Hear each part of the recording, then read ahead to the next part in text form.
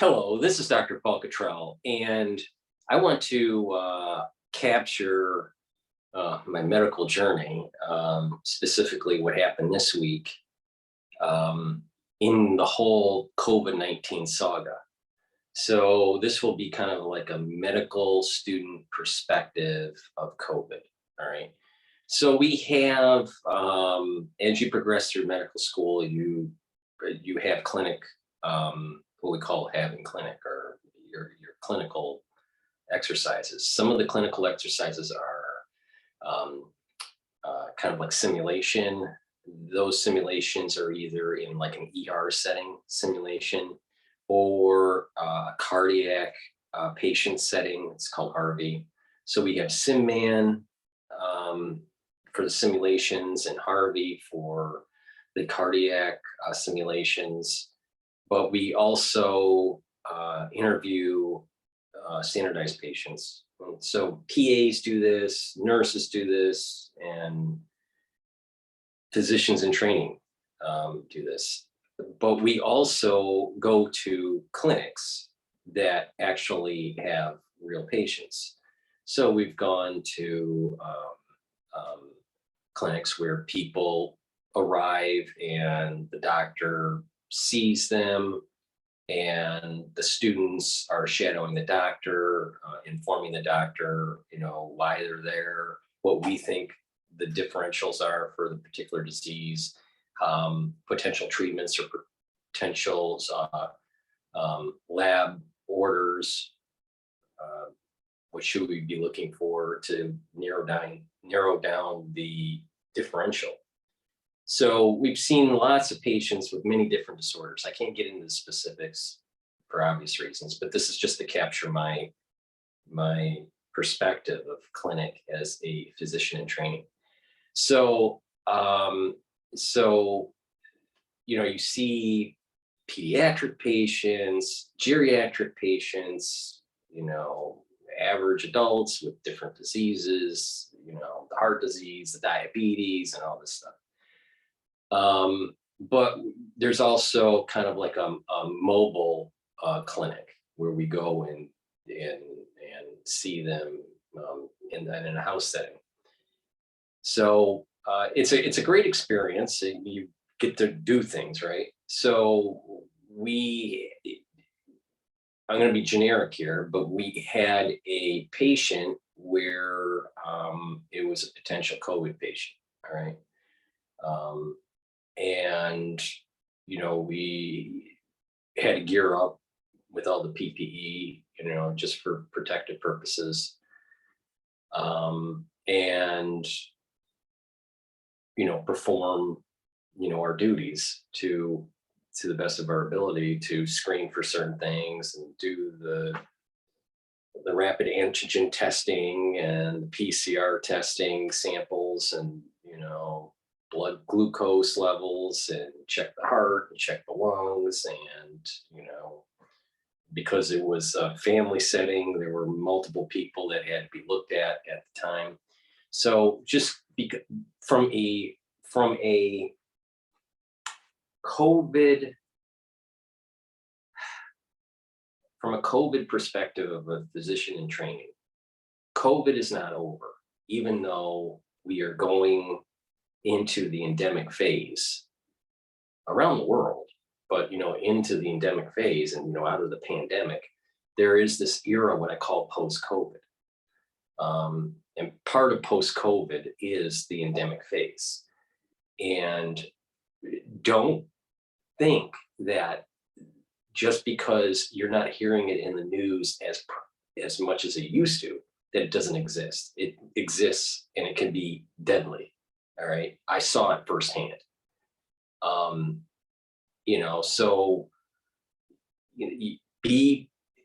just stay in tune here. I guess this is like a PA announcement, public service announcement, PSA, where if you feel that you're not well, and you definitely have comorbidities, right? Heart disease, diabetes, pulmonary problems, whatever. And then all of a sudden, something's happening that's rapid. Get to a doctor or or have a doctor come to you and get tested and get treated as fast as possible, especially if you're elderly. So just, you know, my lesson learned with this whole thing is that even though we're moving into the endemic phase, you're going to have clusters of this kind of thing happening. And even if the patient is vaccinated, that those infections can still be serious, especially if they have underlying conditions. And just because they're vaccinated doesn't mean you won't get an infection. Most likely the infection is much less. Reason being is because you have antibodies in your system to neutralize it much quicker than for the body to try to figure out what it is and then produce antibodies, which takes about 14 days. And that 4-day window is critical in trying to neutralize the SARS-CoV-2. So, but from a medical student perspective, and seeing all this and being Dr. Paul Cottrell, you know, the one that, you know, covers SARS-CoV-2 at such an early stage and such depth with such vigor, with so much content, you know, going into all the different pillars of everything, especially the scientific pillar. I'm humbled by the experience of what I'm doing and what I'm seeing. You know, it's not that we're seeing tons of SARS-CoV-2 patients. That's not the point I'm making. I'm humbled by just so many different diseases that are out there that need to be treated, and some diseases can't be treated, and all you can do is just do supportive measures. But we are moving towards an era of more advancement, such as this cancer PD-1 antibody that came out for colon or colorectal cancer, I think it was. This is not new, though. This PD-1 antibody, monoclonal antibody, has been worked on for a while. We had something similar in some of our old course material in our lectures about cancer. And I think it was part of our immunology course, and it was talking about different pharmaceuticals, you know, therapies that are targeting the immune system to be able to help with fighting cancers. So this has been on the drawing board for a long time, having a monoclonal antibody for PD-1. So PD-1 is a surface protein and that on T cells, and that it when activated it's part of the process of leading to apoptosis of these T cells. If you have too many T cells, you will end up having an overreactive immune system. So this is the body's way of kind of like pruning that. But if you put an antibody on there and block PD-1 signaling, it stops the actual apoptosis of those T cells, and it will increase the T cell count and potentially be able to fight the cancers. The problem is that some people may have an overreaction and have an overproduction of T cells. But it seems to be promising with the colon cancers for this clinical study that just came out, where there were, I think, 12 patients that were given the monoclonal antibody to PD-1, and all 12 went into remission with no signs of tumors at the macroscopic level. On the microscopic level, maybe they're there. I don't know, but it seems to be promising. But this has been in the works for a long time.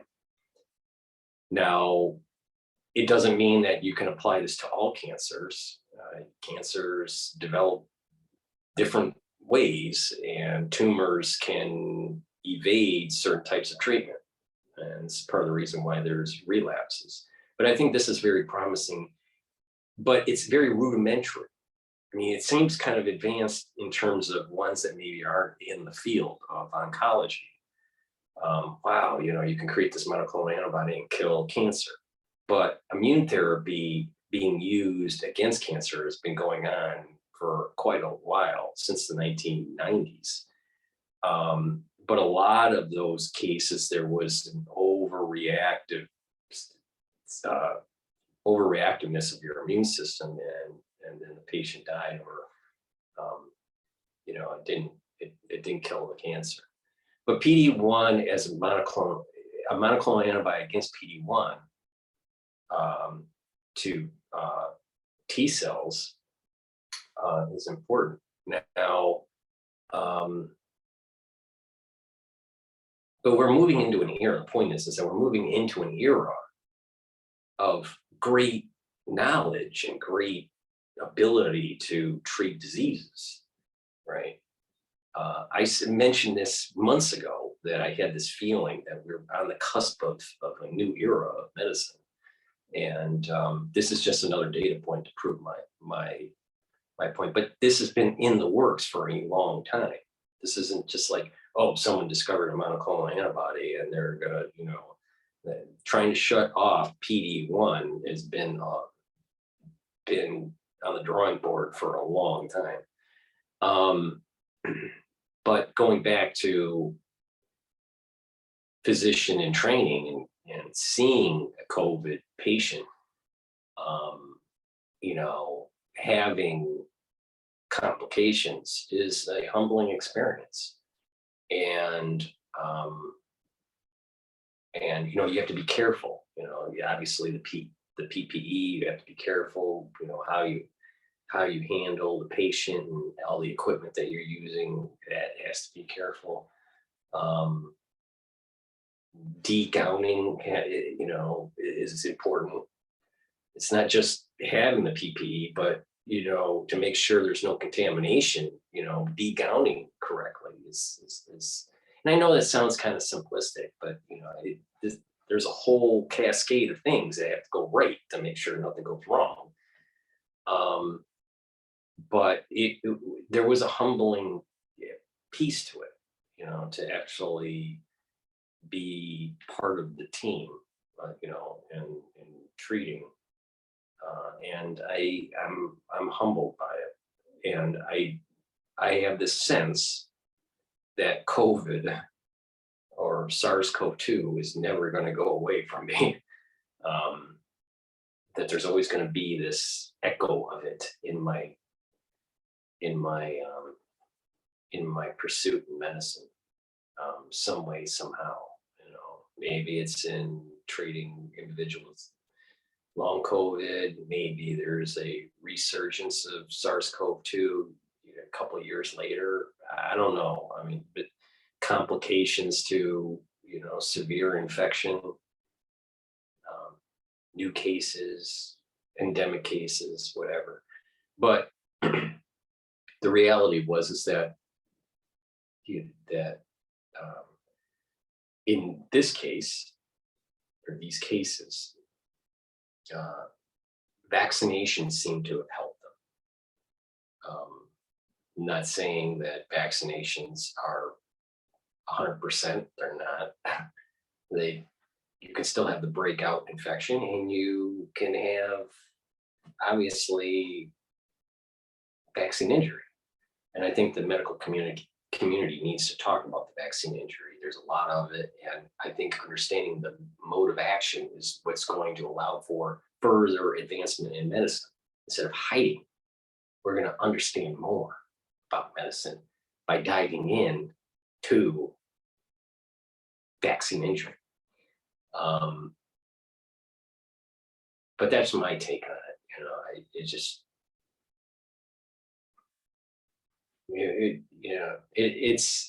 it's a powerful experience to go through, especially when, you've analyzed it from the genomic level, you've followed the data, you've, followed the money trail,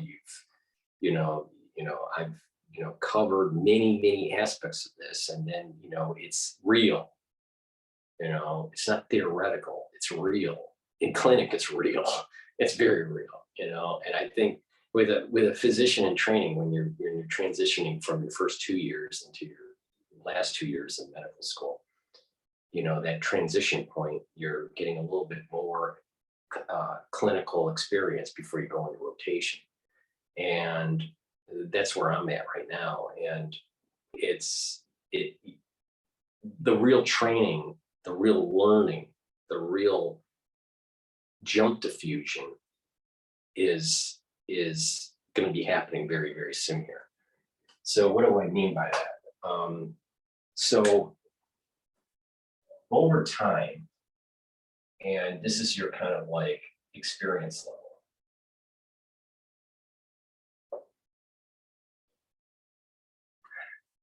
When you start medical school, you're kind of like increasing, right? And then eventually what happens is there's a big jump. And then you start to increase. And then there's a big jump again, and then you increase. Now, what are these eras? All right, this era is roughly your first 2 years. This era here is your last 2 years. So this jump here is when you go into your rotations, right? So you're doing your minor clinical experience and your book learning and your test taking, right? You're learning the language and some of the diseases and how to treat them. But it being in your hand, being through the actual real experience in the hospital or in the clinic, that's happening in the last 2 years. And then when you go into residency, then you have another 3 or more years of experience. So you have these big jumps, right? Now I'm going to say this with very humbleness, but a lot of the people that they're listening to about COVID, all right, they are in terms of medical knowledge are around right there, all right. A lot of these are the PhD, all right, and they pontificate about SARS-CoV-2, but they don't have they don't have any clinical experience, and they haven't gone through the stress testing of studying for their first licensing exam, USMLE step 1, right?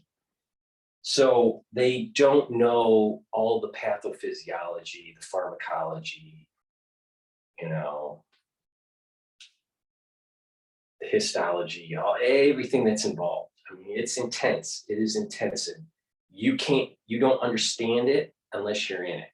It's like Navy SEAL training for like academics, all right? Medical school is going to be the hardest thing that you ever do in your life, academically. It's way harder than a PhD. It's more intense. It's more high stakes. It's more costly. Mistakes can be catastrophic depending on the setting you're in. So just the stakes are higher. So a lot of these people, that are pontificating, thinking they know what SARS-CoV-2 is, right? They have very little medical knowledge, and then you have some that are doctors, MDs or DOs, that have more knowledge, and that knowledge is coming from their residency, or maybe they're, finishing their medical trainings, before residency. and they have, additional knowledge. But the thing is that, let's say that they already an MD, right? And they have that much medical knowledge, right? So they have this much medical knowledge. But a lot of them aren't coming from a very eclectic background. And so therefore they can't connect the dots of things that may be outside of the medical realm, such as the geopolitics, the financial, the sovereign issues, the plays that are going on with the WHO, what was going on in Wuhan, the funding mechanisms with Fauci's organization, such that sort of thing. So a lot of these MDs made mistakes by not paying attention because everything they thought was very natural. Everything's natural. And that there was no human interference, no human nefarious activity going on. That's where they made their mistake. So you have the ones that don't have the medical background and never will because they didn't get heat treated in medical school. And then you have MDs that do have a decent amount of medical knowledge and practice, but weren't able to see some of these other tertiary things that are tangential things that are going on in the SARS-CoV-2 world that were extremely important to understand what was really happening and what will continue to happen. So they fail. And then not only that, I've mentioned this before, is that once you get out of medical school, which is, these first 2 years, you learn so much about your medical sciences, and it's so fresh that I was able to apply what I was learning in medical school and see the connections with what was going on with SARS-CoV-2. I'm not going to be able to do that as time goes on because that freshness of the medical sciences will age for me. And my specialty knowledge will start to increase. So I was in a very unique period to be able to cover SARS-CoV-2. But there will be a time where the echo of the medical sciences and the echo of SARS-CoV-2 will start to dissipate. And, some of the genius kind of concepts that were coming out of my coverage won't be as much. But what will probably happen as I move, hopefully, into my practicing years, is seeing what I've been predicting to be happening and being able to help treat these individuals. For some reason, I don't know why, but it just seems like SARS-CoV-2 and HIV, those two things seem to be intersecting my life and my medical training. I didn't want it that way, but it just seems to be happening. And I might as well just let it happen and figure it out.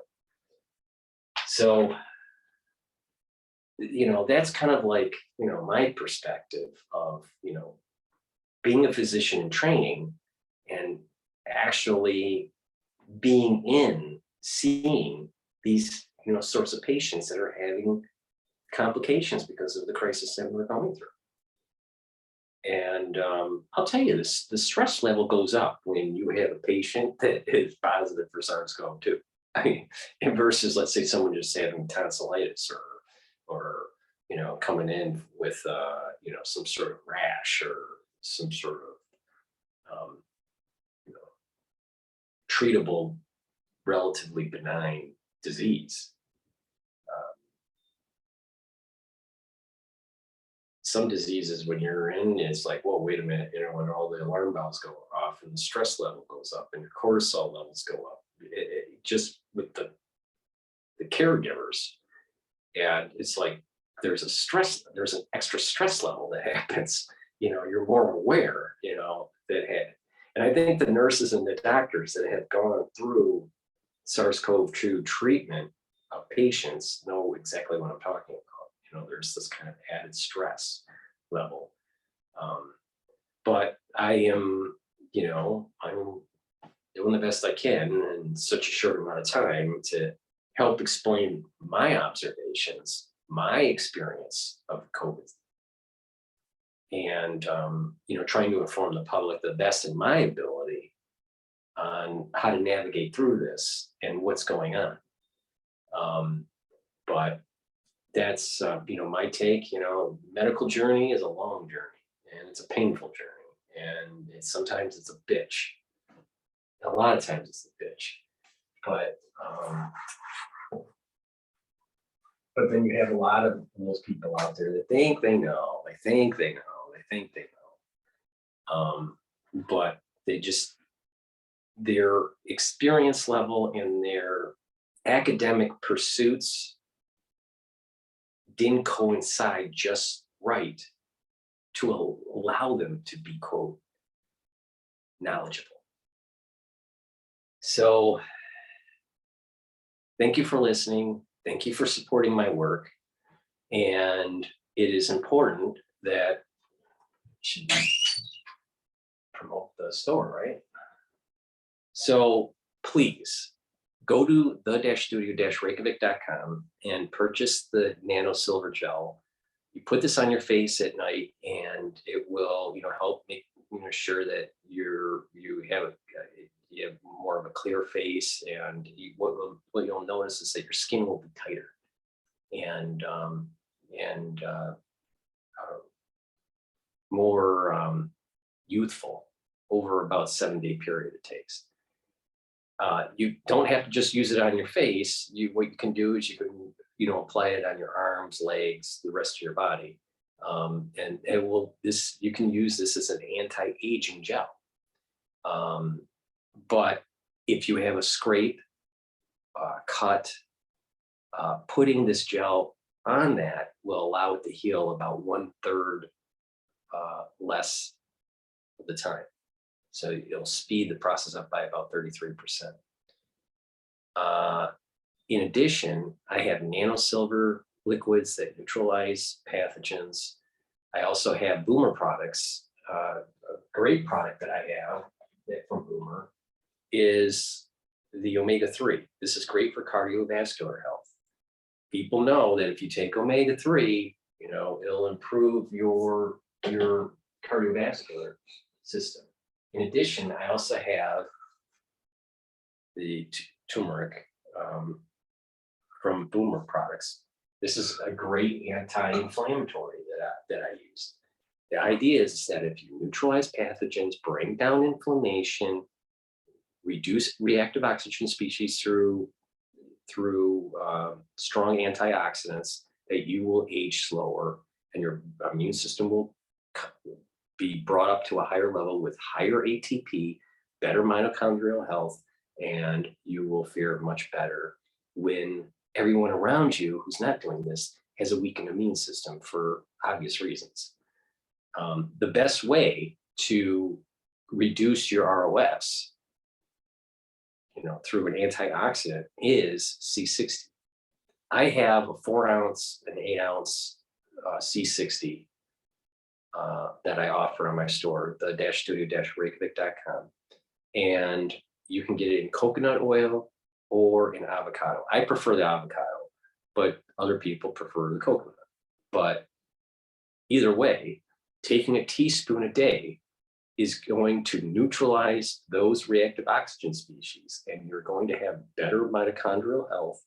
You're going to have higher ATP, and you're going to slow down your aging process because you are neutralizing reactive oxygen species. That is what's accelerating aging. On top of that, by taking C60, by neutralizing those reactive oxygen species, you are reducing the chances of oxidizing LDL. And LDL is a major component of producing plaque for cardiovascular disease. So I'm telling you ways to improve your cardiovascular health, and I'm telling you ways on how to slow down aging. I do this daily. So take a look at the products that I offer. I also have anti-aging boxes that I've curated, so it's easy for you to just click a button and you get, based on different price points, what you need to slow down aging, neutralize pathogens, bring down inflammation, bring up your ATP. And when you eat properly, proper diet, proper exercise, proper rest, you will age slower. Most people could not do what I'm doing at my age. Now, I look younger, but I am a dinosaur, all right? So, but it's because of proper diet, proper exercise, and proper nutrition. So please follow my advice. I have a lot of products that I offer. I even offer a good night formula for people that are having issues with sleeping. It's a tryptophan melatonin supplement that you can get. It's called Good Night Formula. I also have a product that is also an antioxidant, but it also helps to get rid of senesced cells. So your body rejuvenates and kind of rejuvenates cells within certain tissues with stem cells within that tissue. The way you do that is using resveratrol. So this is very important in the whole protocol in slowing down aging. What's in the protocol, all you got to do is take a look at an anti-aging box, an advanced one or a deluxe one, and then that's the products you need to slow down aging.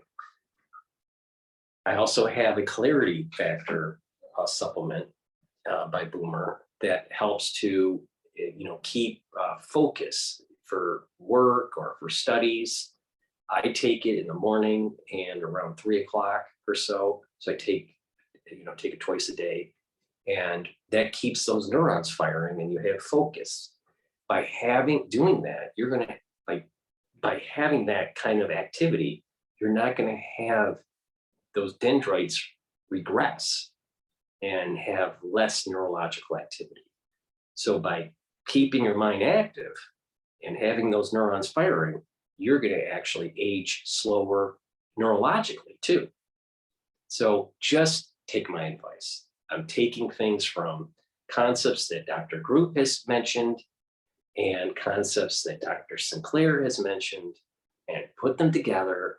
And it is the strongest protocol that you're going to find. There's people like Zelenko, it was a Z stack, where you have, I don't know exactly what's in it, but there's zinc and some other stuff. But it's only a small subset of what my protocol is.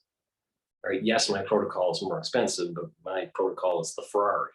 If you want the Hugo or the Festiva, the Ford Festiva, get Zelenko's Z stack or whatever the hell he calls it. But if you want the Ferrari, then you got to go to my store, the-studio-reykjavik.com, and you're going to get the best.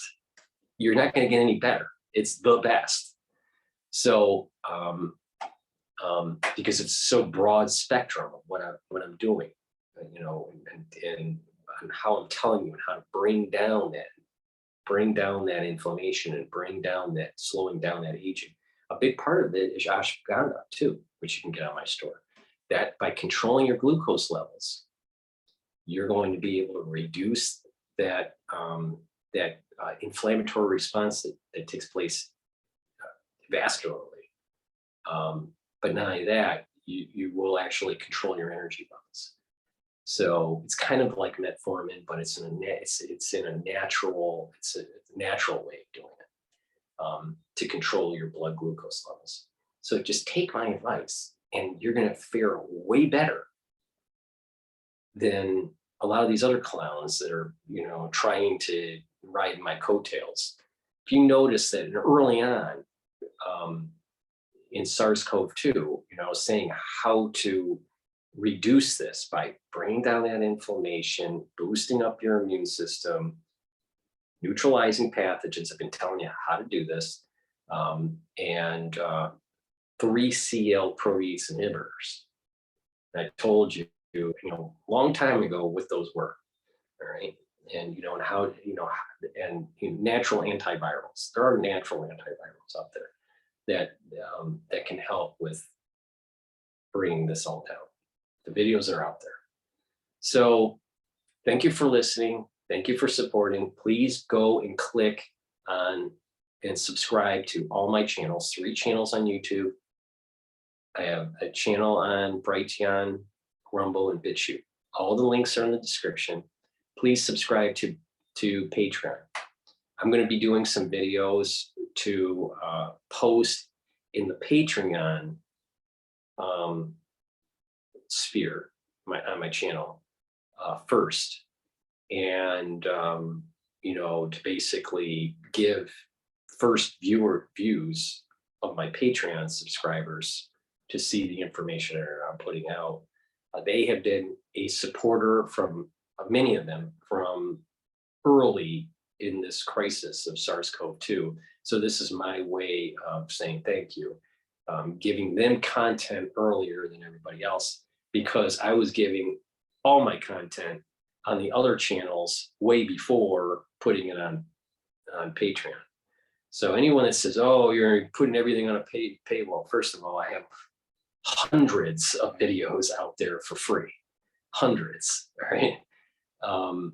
Actually, it's close to 1,000 videos that are out there right now.